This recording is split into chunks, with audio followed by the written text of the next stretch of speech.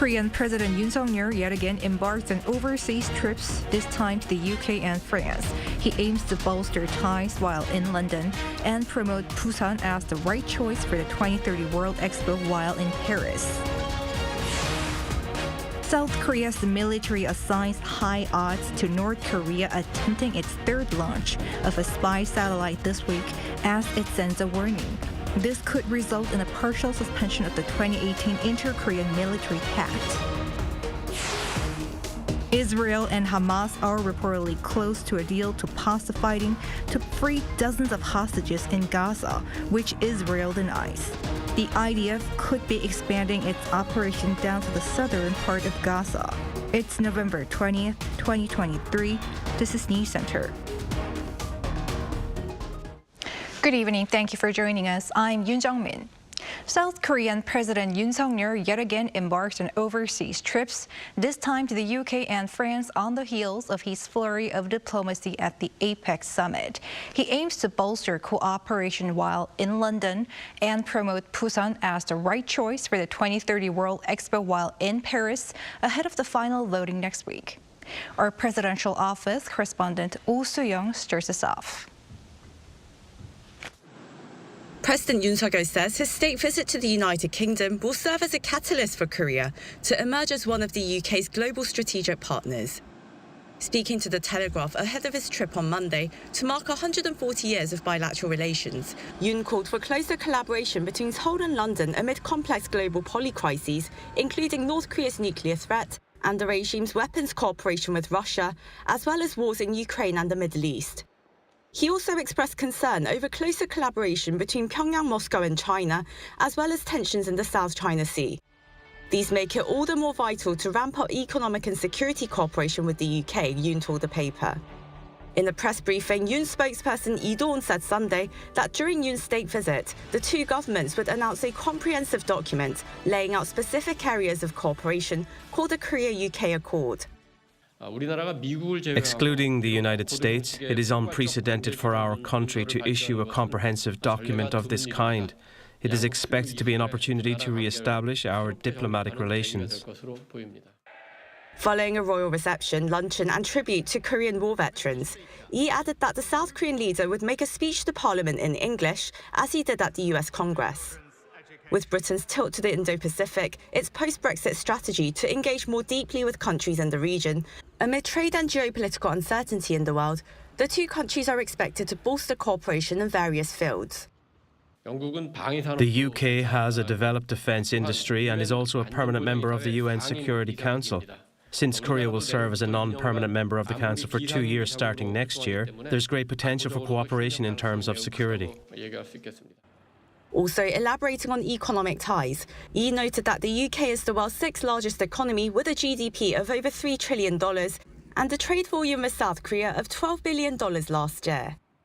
We're seeing rise in luxury goods trade, we're seeing rise in renewable energy, we're seeing rises in automotives. You know, some of our automotive brands, Korea is in their top 5 markets. So defence as well, and digital. So Korea is a really strong market for British business, and it's great that that's increased. This year marks the start of negotiations for the free trade agreement, and that is a really exciting opportunity for Britain and UK businesses.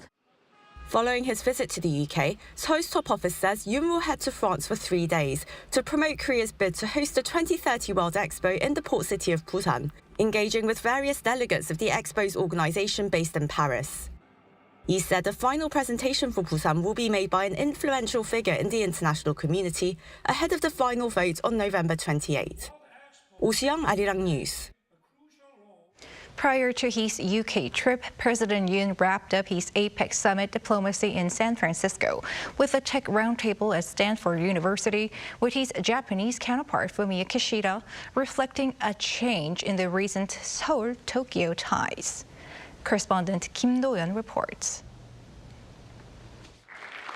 A clear sign of an improving bilateral relationship at Stanford University on Friday local time, leaders of South Korea and Japan, for the first time ever, co-hosted an event in a third country. 국제사회에서 저와 가장 가까운 기시다 후미오 총리님과 또 혁신의 산실인 스탠포드 교정을 함께 방문하게 되어 매우 기쁩니다. Kishida also called the occasion a big day, referring to Stanford's American football game against local rivals UC Berkeley, and said it's a, quote, new feeling as the leaders met for the 8th time just this year.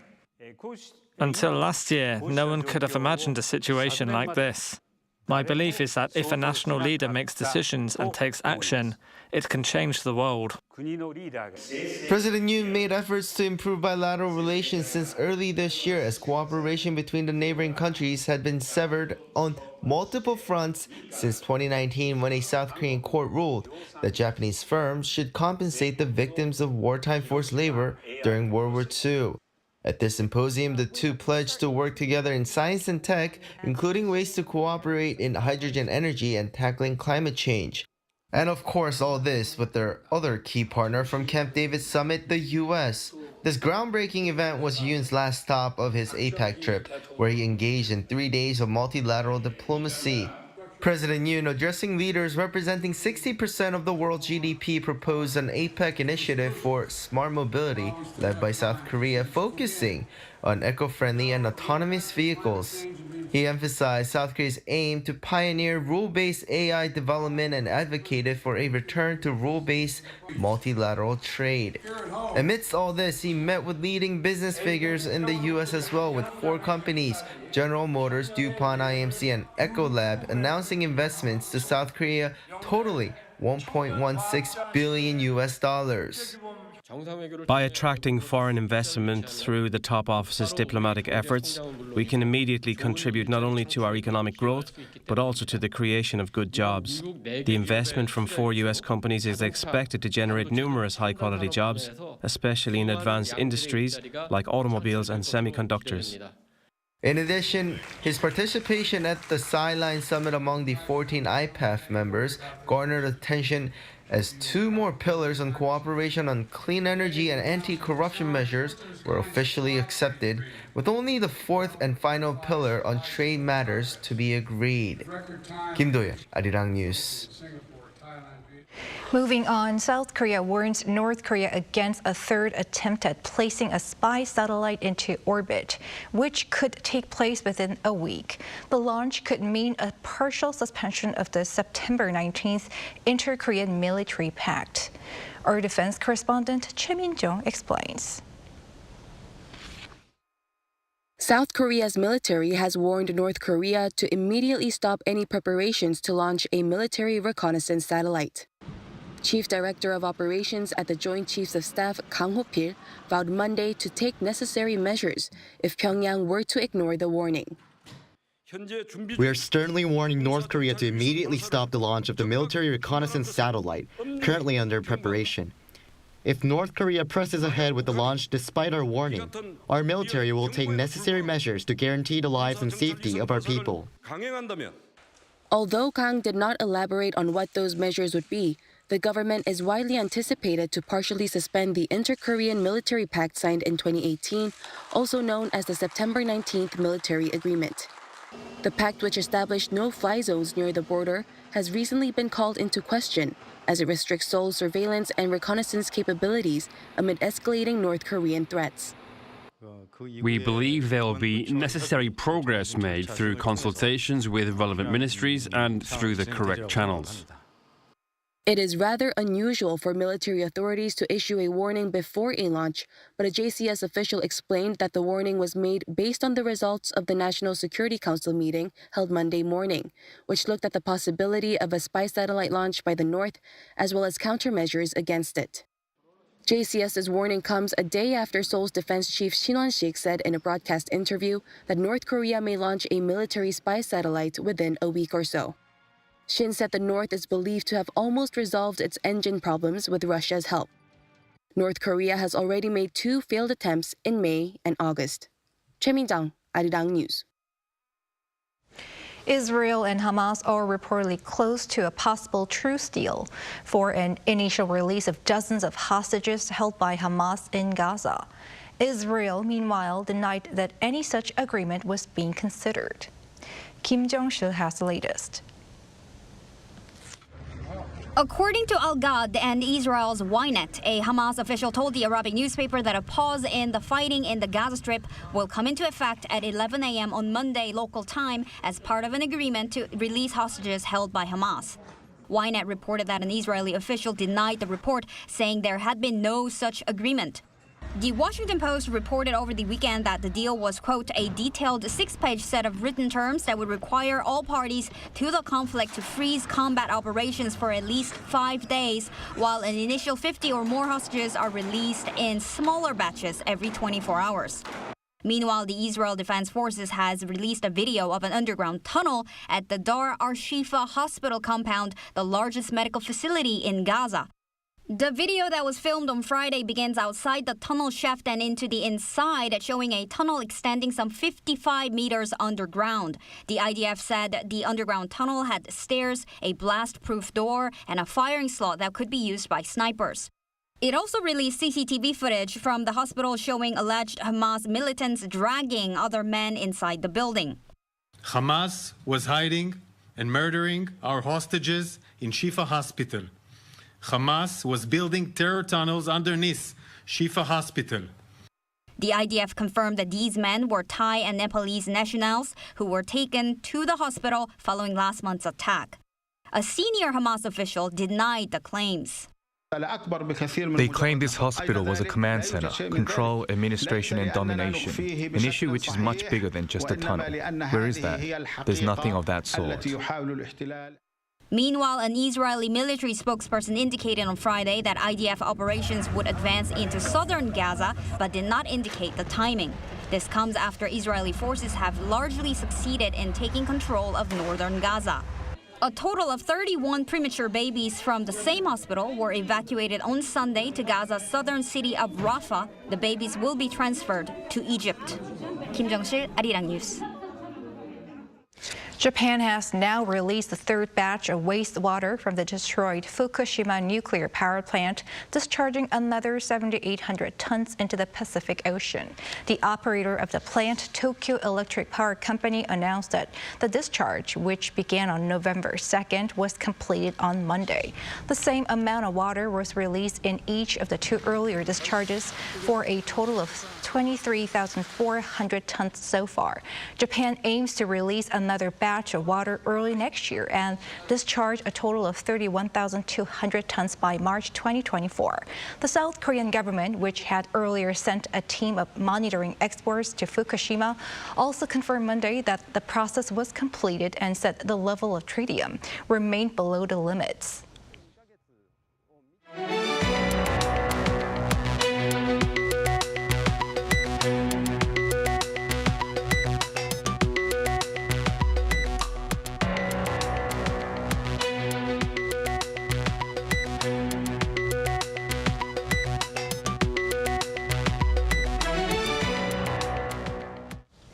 Sales of hydrogen-powered vehicles fell from January to September this year due to insufficient refilling infrastructure and the limited choice of models. According to SNE research on Monday, sales dropped a little over 21% year-on-year globally.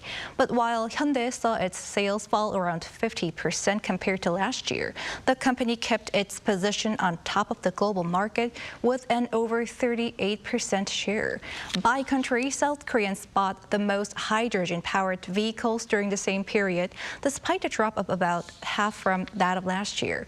Meanwhile, China and the U.S. saw hikes in sales mainly as hydrogen-fueled commercial vehicles and Toyota's Mirai models saw rises respectively. It was the mega event for esports fans worldwide. The champion for the 2023 League of Legends World Championship was Korea's T1, winning the trophy for the first time in 7 years. This is raising the bar even further for the team leader, Faker. Yoon has the highlights. The 2023 League of Legends World Championship final match was held on Sunday at Gocheok Skydome in Seoul. The country's largest indoor venue was filled with a passionate community of fans.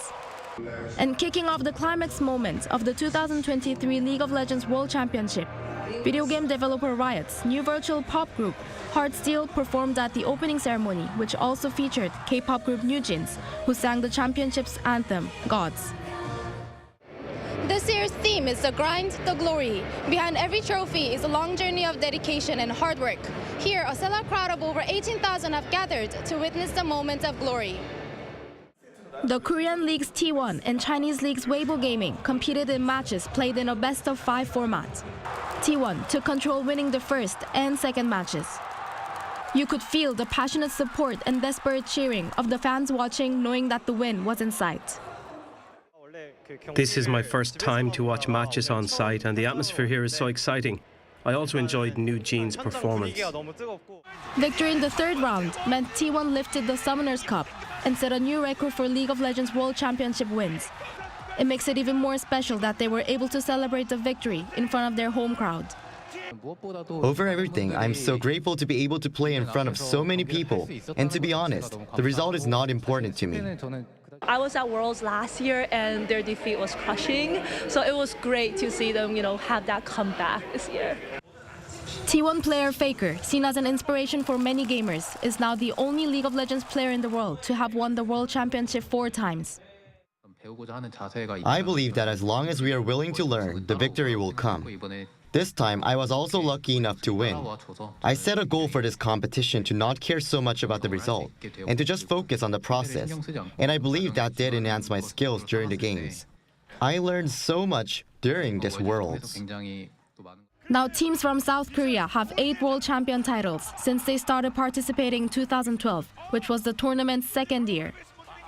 According to Riot's CEO, every match played as well as the support of fans contributes to the company's mission of delivering exceptional experiences as a truly global sport, which is why Riot is committed to honoring the excitement and the fandom of esports around the world. Korea is the birthplace of esports, and you have delivered an unforgettable world. 감사합니다. 이은희, Arirang News. Korea is hosting UNESCO's first international center for documentary heritage. It opened in the city of Cheongju, the hometown of Chikji, the world's first metal movable type. Choi Soo-young covers this event and its broader significance. Documentary heritage is a key part of our understanding of the history of civilization. The UNESCO International Center for Documentary Heritage opened on November 1st in Cheongju, Chungcheongbuk-do Province, home to the world's first metal movable type, Chikji. Korea, with the Asia's largest and the world's 5th largest documentary heritage, became the first to open such a center. UNESCO believes the power of knowledge that has contributed to facilitation of human development, especially through documentary heritages represented by global communities. A special opening exhibition prepared for this event delighted visitors. This exhibition brings joy by exploring the documentary heritage of the world, focusing on the big theme of giving light, progress, and hope to humanity.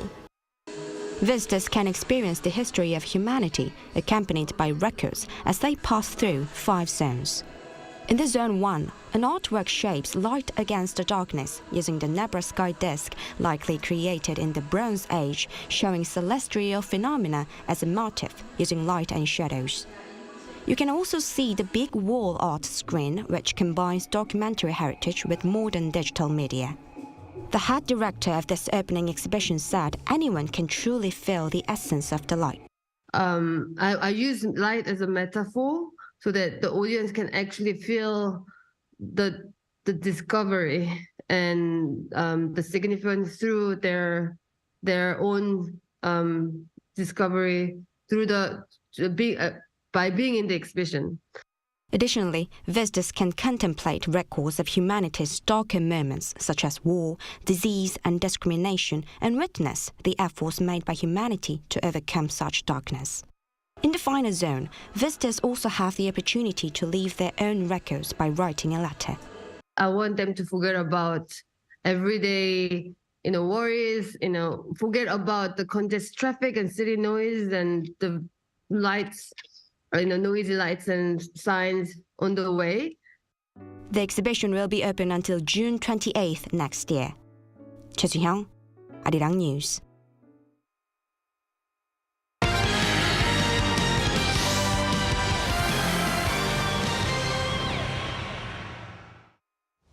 It is time to take a look at what's been happening in the world of sports. Joining us in the studio is our sports editor, Paul Need. Evening, Paul. Evening. In golf, South Korea's Yang Hyung, or Amy Yang, she won the last LPGA Tour tournament of the season. Yes, that's right. So on Sunday, she won the CME Group Tour Championship in Naples, Florida. Yang finished at 27 under par, 261, 3 strokes ahead of Korean-American Alison Lee. And according to the LPGA, this actually beats the tournament's 72-hole scoring record by 4 strokes. Yang earned a whopping $2 million in prize money following her win. It was her first of the season, but 5th LPGA win overall. Elsewhere, Kim Hyo-ju finished tied for 13th and Yoo Hae-ran tied for 36th. The season finale has been a happy hunting ground for South Koreans in recent years. Kim Se-young in 2019, she won it then. Ko Jin-young won it in 2020 and 2021. And last year, Korean-Australian Lydia Ko won it as well. Moving on to baseball, South Korea came very close to winning the Asian Professional Baseball Championship. Yes, the APBC, which is basically an under-24 championship. But yes, on Sunday at the Tokyo Dome, Korea lost 4-3 to Japan in extra innings. After the regulation 9 innings, the score was level at 2-2. Japan actually scored 2 runs in the bottom of the 10th after Korea had not long since gone ahead. Korea initially went ahead in the 3rd inning with No Shi-hwan scoring a double, but Japan came back to score runs in innings 5 and 6. Yoon Dong-hee then made it 3-2 to Korea, but Japan roared back. It was the 2nd edition of the APBC. The first was back in 2017. The 2021 tournament was cancelled due to the pandemic. And to football now. South Korea's men's team is in action tomorrow against China. Yes, it's a World Cup qualification match. Korea head to Shenzhen, looking to make it 2 wins from 2 in World Cup qualification so far, after putting 5 past Singapore on Thursday last week. It was Korea's first competitive win under new manager Jürgen Klinsmann, and it extended their run to 4 straight wins with at least 4 goals scored, not to mention 5 clean sheets in a row.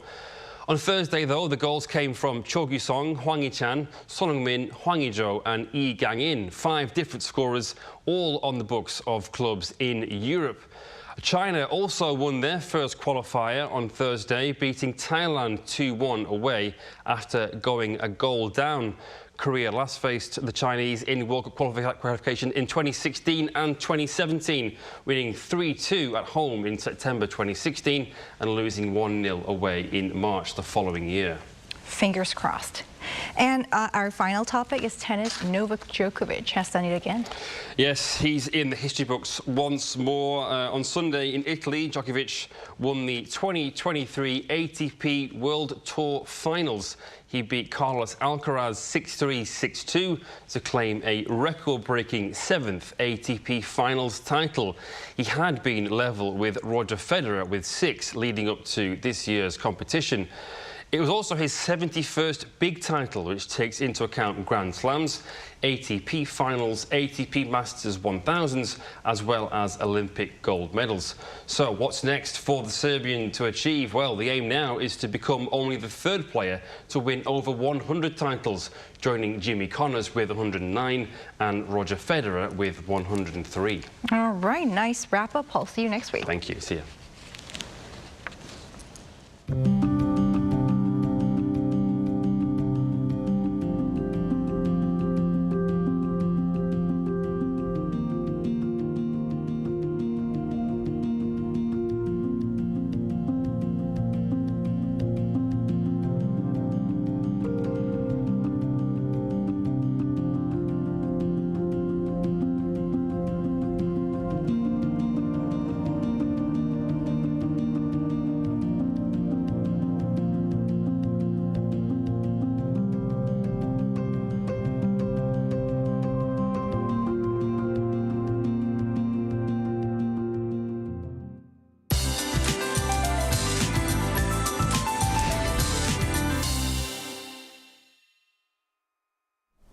The bitter cold wave will take a brief respite until the middle of the week.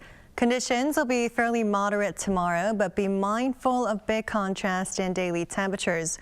Most regions, including here in Seoul, will see a huge gap of 10 degrees or more in between day and night. Places like Cheongju will see lows in the minus range, but maximum temperatures will be jumping to 12 degrees for the daytime. Meanwhile, dry spells are persisting across the East Coast.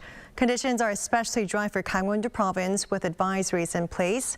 Gusty offshore winds will follow at times, which will increase the risk of wildfires. Overnight temperatures will drop to below freezing for some regions. Frost and ice may be seen for the morning hours, which can damage crops and other sensitive vegetation. Sunny skies will dominate nationwide. Tomorrow, Seoul will be starting off at 2 degrees Celsius. Conditions will get much warmer for the daytime. Highs in Seoul will get up to 14. Gwangju 17, Busan will reach 18 degrees. On Thursday, showers are in the forecast for central regions, including Seoul. After the rain, morning temperatures will be dropping to the negative territory. It's all for now, and here are the weather conditions around the world.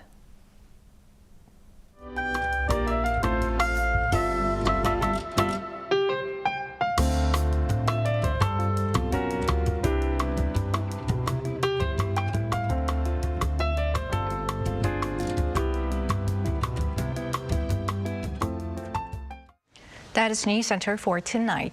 Thank you for watching. A panel session coming up.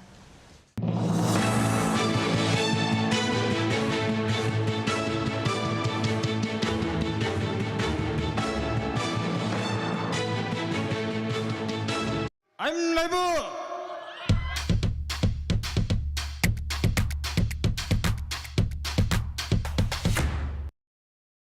저를 도와주시는 분들이 저희와 함께 해주시는 세션분들 아무리 봐도 이거 없지 텐션 같은데 아니라고 아무도 안 하는 거고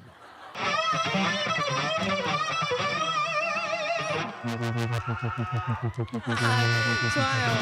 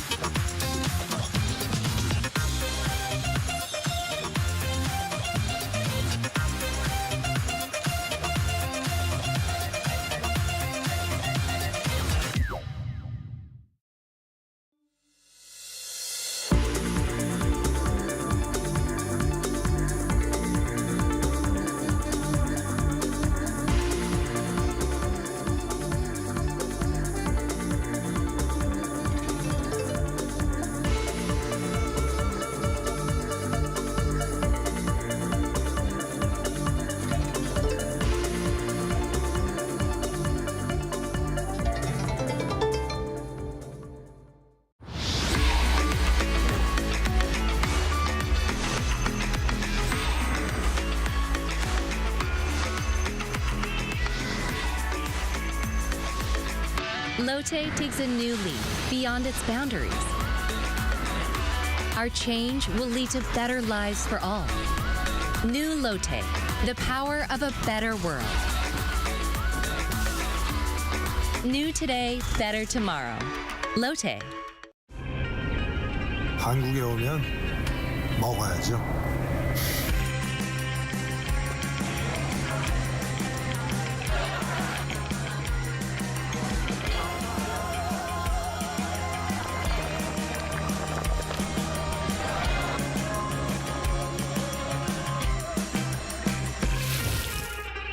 먹어도 끝이 없는 나라. 감당할 수 있겠니?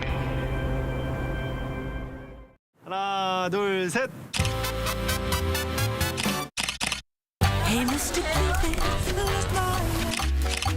make sure you listen to what I say. I may be stupid or quite naive.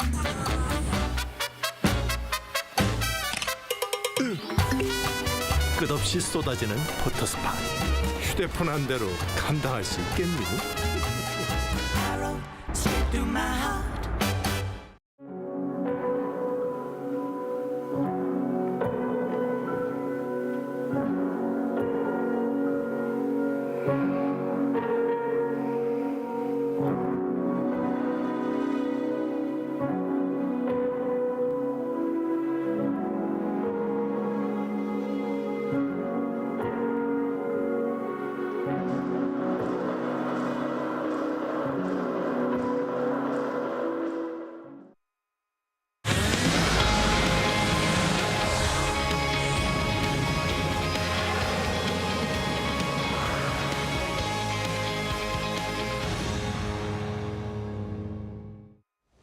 Hello everyone, it's Monday and you're watching Within the Frame. I'm Kim Bo-kyung. November 18th, what North Korea named Missile Industry Day to celebrate its successful launch of a Hwasong-17 ICBM last year, was quieter than expected. However, South Korea is closely monitoring the regime, with the Joint Chiefs of Staff warning North Korea not to launch a spy satellite, and that necessary measures will be taken if it does. This came a day after the defense chief said Pyongyang is likely to make another spy satellite launch attempt as early as this week. If a launch does take place, what necessary measures would South Korea need to take? And other than that, what are the other recent developments regarding tensions on the Korean peninsula? For this, we invite Dr. Ko Myung-hyun, a senior fellow from the Asan Institute for Policy Studies. Dr. Ko, welcome. Thanks for having me. Thank you for being with us. And we also have Evans Revere, a non-resident senior fellow of the Brookings Institution. Mr. Revere was also the former acting assistant secretary of state. Good to have you with us again, Mr. Revere. Pleasure to be with you. Thank you for being with us. Now, Dr. Go, first question. So North Korea previously designated a Missile Industry Day to mark the anniversary of its test firing of the Hwasong-17 ICBM on November 18th. Now, some expected provocations on the day, but it was rather quiet. Are there any indications that provocations are imminent? Well, there are usually two drivers behind the North Korean provocations. One driver is clearly keeping up with the political schedule, political calendar in North Korea. North Korea tends to time their, especially missile provocations, with significant political anniversaries, such as the birthday of the founder of North Korea, Kim Il-sung, or that of his son, Kim Jong-il, and so forth, or the foundation of the Workers' Party, as well as the establishment of the North Korean state. So these are political calendars that North Korea tends to follow for their provocations. But there's also another driver, that's a technical driver. So that's more general and more normal kind of reasons, motivation behind testing their missiles. And I think in this case, North Koreans have probably now have realized that following the political schedule and timing the launch of their unproven missile systems, probably dangerous and not that reasonable. For instance, there's some expectation that North Korea would carry out the testing or launch of their new space vehicle Chalima-1, which carries the Manligyang-1, the space spy satellite on top. But then they have failed twice already. and maybe North Korea internally assessed that the reason for failure was having a very hurried launching schedule to keep up with the political calendar. So indeed, that's the case. That North Korea now going to focus more on perfecting their space vehicle technology, and therefore they might be waiting for the right time for launching their space vehicle, Cheongju-1. On the other hand, North Korea could also have a backup plan. And North Korea recently tested a solid fuel rocket engine, which it's believed to be going to be used for their intermediate range ballistic missile, which is probably a replacement for the Hwasong-12 that already have deployed. So if that North Korea tended to test their rocket engine before carrying out a missile test that uses that particular rocket engine. So if their rocket engine testing, also there's a disclosure of such a test, is any clue, then North Korea might be gearing up for launching a new IRBM that uses a solid rocket engine, solid fuel rocket engine. So if that's the case, then North Korea might not carry out the launch of their space vehicle. Instead, they might carry out the testing of their intermediate range ballistic missile.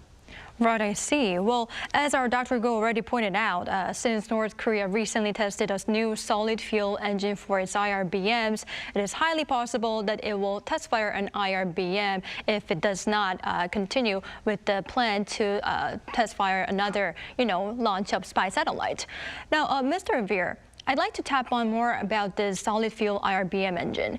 Why has Pyongyang been working on this?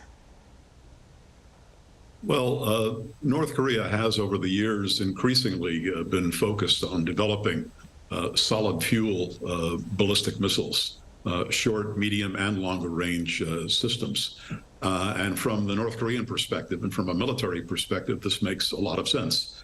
Liquid fuel rockets require a lengthy period to fuel up. The process of fueling a liquid fuel system is dangerous and lengthy, and it's easily observable to foreign intelligence satellites. And so for those reasons, North Korea has been increasingly focused on developing solid fuel systems. The solid fuel is contained as an integral part of the missile system, so it doesn't have to be added to it at the last minute before launch. This makes the launch of these medium-range solid fuel systems or even longer-range systems something that can be done almost immediately on command. It also makes these missiles more mobile. And if the missiles are more mobile, they can more easily be moved and hidden by North Korea. So all in all, North Korea is following a game plan to increasingly rely on solid fuel systems because they would be more effective in use against targets, whether in South Korea, in Japan, U.S. bases in either country, U.S. bases in the region. So it's a natural progression, if you will, for North Korea to want to emphasize this more stable, more mobile type of fuel system that can be used on missiles that can be launched very quickly and therefore increase the threat that North Korea poses to its adversaries, South Korea, Japan, the United States, etc. Right, I see. Well, as our Mr. Revere already pointed out, Dr. Go, South Korea's Joint Chiefs of Staff also noted that the solid fuel IRBM under development could potentially target U.S. military bases in Japan and Guam, as well as United Nations Command's rare bases in Japan. What does this hint at? So what North Korea is doing is that they are trying to essentially replace the ballistic missiles that already they have in their arsenal that uses liquid fuel engines with the not brand new, but the new solid fuel engine rockets, solid fuel rocket engines. And the reason is very simple. So Mr. Revere has pointed out, it really grants North Korea with an advantage in the preparatory stage of the missile launches and the ability to surprise North Korean opponents, which are South Korea, Japan, and the United States. And the dilemma for North Korea for a long time was that they had this capability to reach the U.S. bases in Japan, Guam, and elsewhere, because usually the range for the intermediate ballistic missiles is 2,000 kilometers, and most of the U.S. assets in the region fall within that range. But then the problem was that if you segment North Korean missile arsenal into ranges, then North Korea already had the short-range ballistic missiles with solid fuel rocket engine in it, as well as the intercontinental ballistic missiles with the solid fuel rocket engines too. That would be the Hwasong-18 in that case, and for the short-range ballistic missiles, that would be KN-23 and 24s. So the segment in between the short-range and the continental range, which would be the intermediate range, it was lacking solid fuel rocket engine system. And so this new intermediate range ballistic missile with solid fuel rocket engine fills that gap. And that's the reason why this is very significant. Right, I see. Well, one last question about IRBM, Mr. Veer. Some media outlets cited experts saying Russia might have been assisting North Korea in the development of the IRBM solid fuel engine. How do you see such an assessment? Well, I certainly can't rule it out, but let's remember that North Korea has a long and successful track record of developing a whole range of ballistic missile systems, everything from short to intermediate range to long-range ballistic missile systems, the missile frames, the guidance systems, propulsion systems, etc., and doing so indigenously. North Korea has a much more sophisticated ballistic missile program than it's ever had before, and it has shown consistently that it can develop new systems, new fuel systems, new guidance systems on its own without relying on the technology of other countries. That's not to rule out the possibility that the Russians may have helped here, but once again, North Korea's track record demonstrates that it certainly has the capability to develop new types of systems, including solid fuel propulsion systems for its intermediate range ballistic missile force. But to be fair, at some point in the future, we can't rule out the possibility that the Russians might provide some assistance to North Korea's ballistic missile program. But at least at this point, my assessment is that it's fairly likely that the North Koreans have developed this new propulsion system on their own. All right, I see your point. Now, Dr. Go, now to the possibility of North Korea attempting to launch a military reconnaissance satellite for the third time. South Korea's defense minister openly stated that November 30th is the latest that the launch could happen. Could there have been signs that show the launch is fairly imminent? Well, I'm sure that South Korea and with the assistance from the allied forces are watching very closely the preparatory steps that North Koreans might be taking to carry out such the launch of the space vehicle. So yes, I think it's likely that this assessment is on the ballpark, and this is a very usual activity of surveillance and intelligence gathering on the part of the alliance. So it's not surprising that the Korean defense minister came out with the assessment. Right, I see. Well, Mr. Veer, though we'd have to wait and see how it goes, if North Korea does test a spy satellite, the South Korean government will reportedly consider partially suspending the September 19th Inter-Korean military agreement in response, and it also vowed to take necessary measures to protect the country. What is your view on the suspension of agreement, and what would be additional measures the country can take? Well, if North Korea does successfully launch a reconnaissance satellite, it will, of course, increase North Korea's ability to monitor South Korea and to collect sensitive and very important information about South Korea's defenses and South Korea's military preparations, as well as U.S. defenses and U.S. military preparations. And that being the case, South Korea has every right to respond to such a development. And among the things that South Korea, as you rightly pointed out, are considering is the possibility of suspending, in part, the North-South Comprehensive Military Agreement. That's certainly a measure that South Korea could take.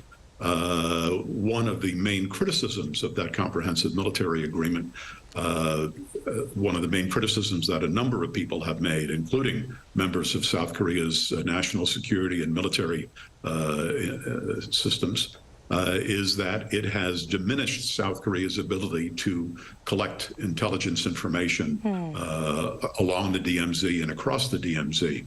So that would be probably on the short list of things that South Korea might think about doing, i.e. the suspension of part of that agreement.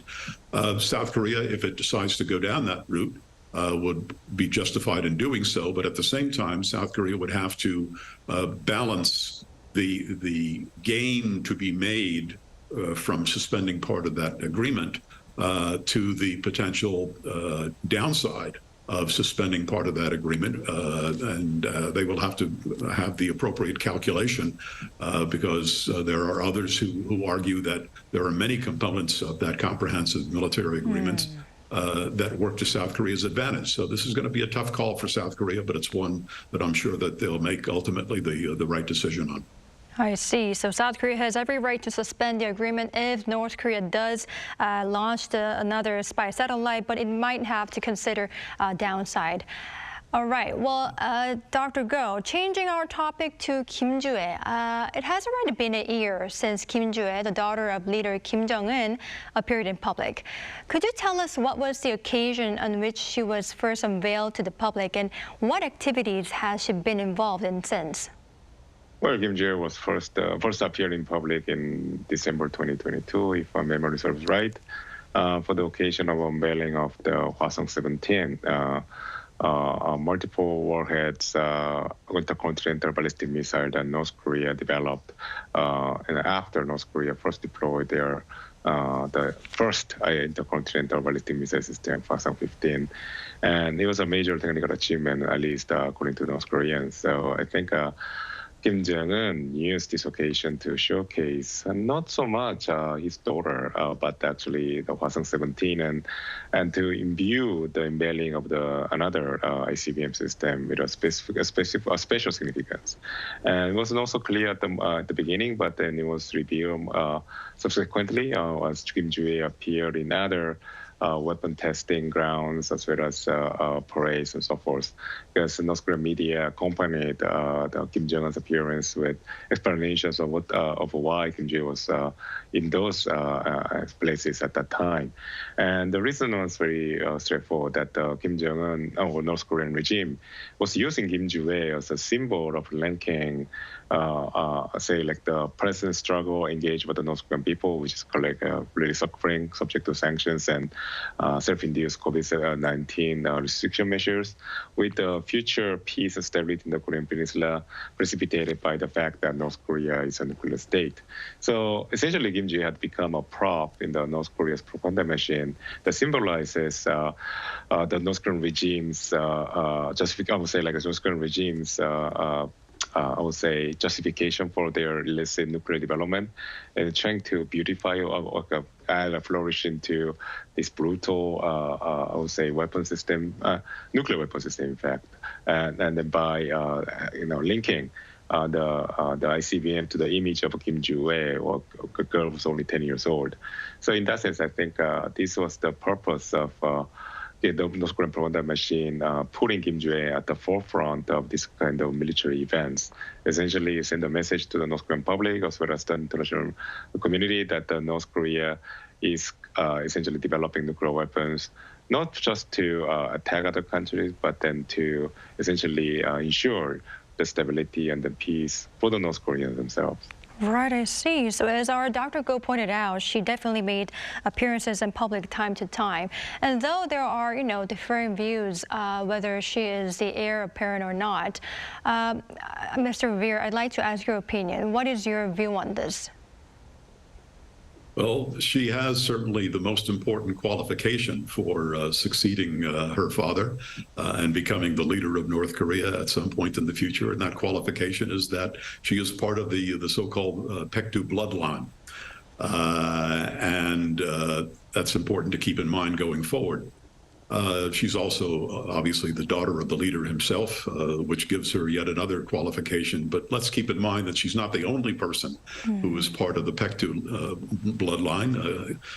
Kim Jong-un's sister, Kim Yo-jong, who obviously has considerable bureaucratic and party experience, is part of that bloodline as well, and she's shown herself to be quite competent, capable, and even outspoken, working on behalf of her brother.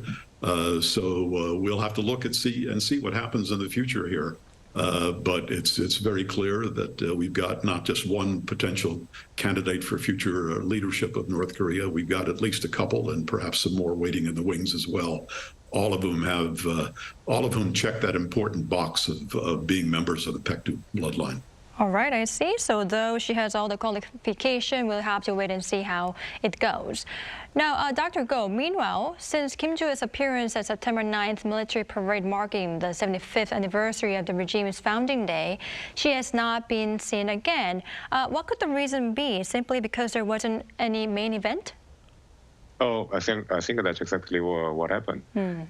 So as I mentioned before, North Korea tended to use Kim Joo-il's presence as a prop, I would say, or like or essentially a background in the background of North Korea's unveiling of important weapon systems, such as the new ICBMs or testing other types of weapon systems. But then we know since September at least, North Korea has refrained from doing so, partly because I think North Korea's strategic focus shifted from provocations using missiles to engaging Russia and then essentially trying to raise the country's international profile on that of the leader by presenting Kim Jong-un alongside the Russian leaders such as Vladimir Putin, the president of Russia, as well as high-level senior officials, for instance, Sergei Lavrov, the foreign minister, as well as the Sergei Shoigu, the defense minister. So I think because this shift in the strategic focus, there's less need for Kim Joo-il to appear alongside Kim Jong-un or alongside brand new weapon systems. I think that's the reason why, that the Kim Joo-il hasn't been seen since September. All right, I see.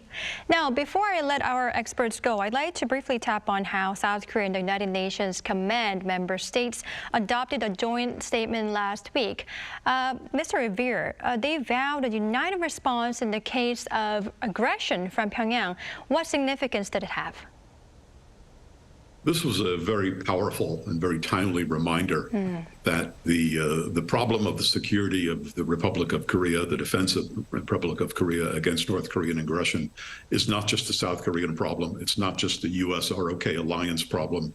It's an international problem. And this was a very important recognition of the commitment of the nations of the United Nations Command to support and continue to support the Republic of Korea, to continue to demonstrate their clear concern for Korea's security, and to restate in this remarkable meeting that took place, the first ever meeting of this sort, to demonstrate their solidarity with the Republic of Korea, and to demonstrate once again that this is not just a matter of the Korean Peninsula. This is an international concern, and that is an important message, I think, for the North Koreans to have heard on this occasion. Right, so it shared a powerful message that this is not just the issue that South Korea alone needs to handle.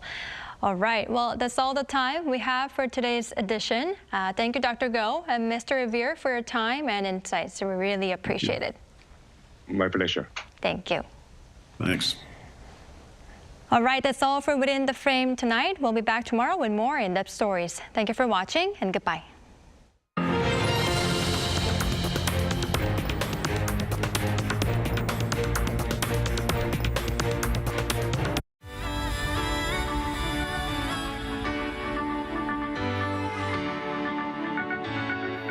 Completely new.